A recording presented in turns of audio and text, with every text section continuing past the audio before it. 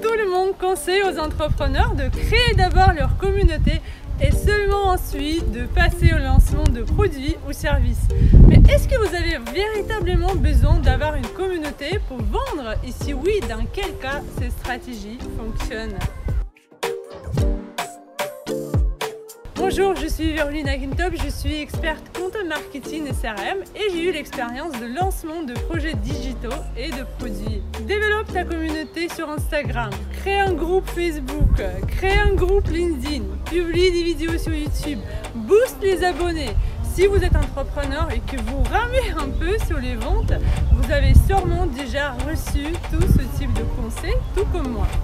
Il est vrai, lorsque nous sommes en train de lancer un nouveau service ou un produit, c'est bien dès le départ d'avoir les clients potentiels et donc de pouvoir communiquer avec eux, faire des pré-lancements. Mais nous le savons qu'il y a des entreprises qui ne sont pas trop visibles sur les réseaux sociaux et elles n'ont pas de compte YouTube ou de page Instagram et pourtant elles génèrent leur chiffre d'affaires. Pourquoi? Key to this business is personal relationships. Et il est vrai que dans certains cas, l'entreprise n'a pas forcément besoin d'une communauté pour démarrer, par exemple, des ventes, mais plus d'un carnet d'adresses ou d'un réseau de connaissances. Et en soi, c'est déjà une communauté.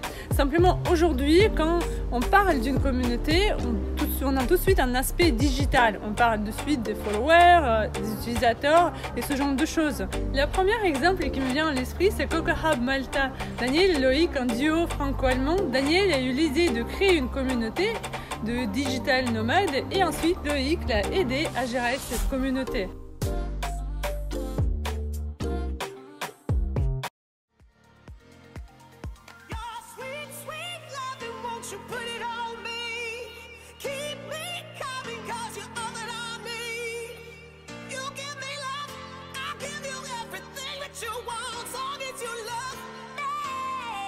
Ils ont vraiment joué sur la proximité. Daniel a loué une maison à l'île de Malte. Il a voulu la mettre en co-living. Donc les gens sont venus vivre et travailler chez lui. Et il a posté des photos des personnes qui viennent travailler justement à Malte en tant que digital nomade. Ensuite, il a également créé un groupe WhatsApp et il publie les événements de proximité car oui, en effet, à Malte, il y a énormément de nouveaux arrivants. C'est une île très internationale et tout le monde cherche de la compagnie.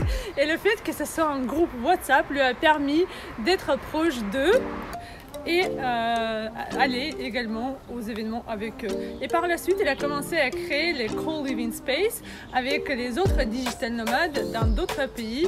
Donc la question est, est-ce qu'il a pu faire tout ça sans sa communauté? Oui, peut-être, mais une communauté, c'est une vraie source d'inspiration pour un entrepreneur. Ça booste aussi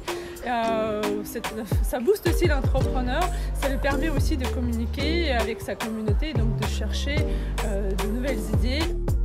Ensuite, aujourd'hui, j'ai créé une communauté de freelance et les petits prestataires de services sur Salesforce. Elle n'est pas encore énorme. Si vous en faites partie, sûrement, nous avons déjà discuté ensemble et vous avez vu ma newsletter passée.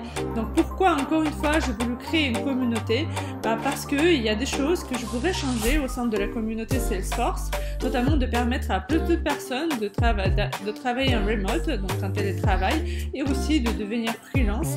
Je voulais également aider aux plus entreprises d'avoir plus de visibilité, donc d'avoir plus de facilité pour trouver leurs clients et également de mentorer des personnes qui partagent les mêmes valeurs que moi et qui ont les mêmes ambitions.